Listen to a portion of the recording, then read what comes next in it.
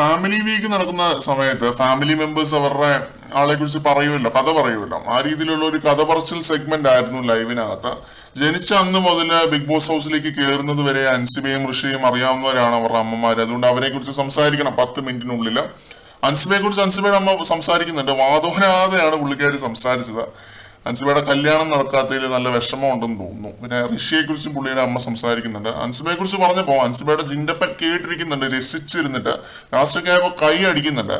പിന്നെ ഋഷിയുടെ കഥയൊക്കെ ആയപ്പോഴത്തേക്ക് പുള്ളി മയങ്ങി വീഴുന്നുണ്ട്. ജിൻഡോ മയങ്ങി വീഴുന്നത് ഇപ്പൊ ആദ്യത്തെ തവണയൊന്നും അല്ല, സ്ഥിരം പരിപാടിയാണ് പുള്ളിയുടെ. എല്ലാ തവണത്തെയും പോലെ ഇപ്പോഴും ബിഗ് ബോസ് സൂം ചെയ്തെടുത്ത് കാണിക്കുന്നുണ്ട്.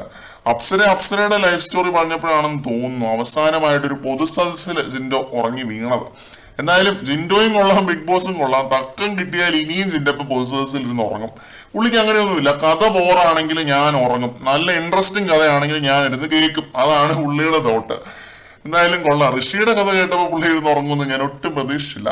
എങ്കിലും ആ ഒരു സ്വിച്ചിങ് ആണ് നിങ്ങൾ മനസ്സിലാക്കേണ്ടത്. അൻസിബയുടെ കഥ കേട്ടപ്പോൾ പുള്ളി ഇരുന്ന് കൈ അടിക്കുന്നു. ഋഷിയുടെ കഥ ആയപ്പോഴത്തേക്ക് ഇരുന്ന് ഉറങ്ങുന്നു. കൊള്ളാം.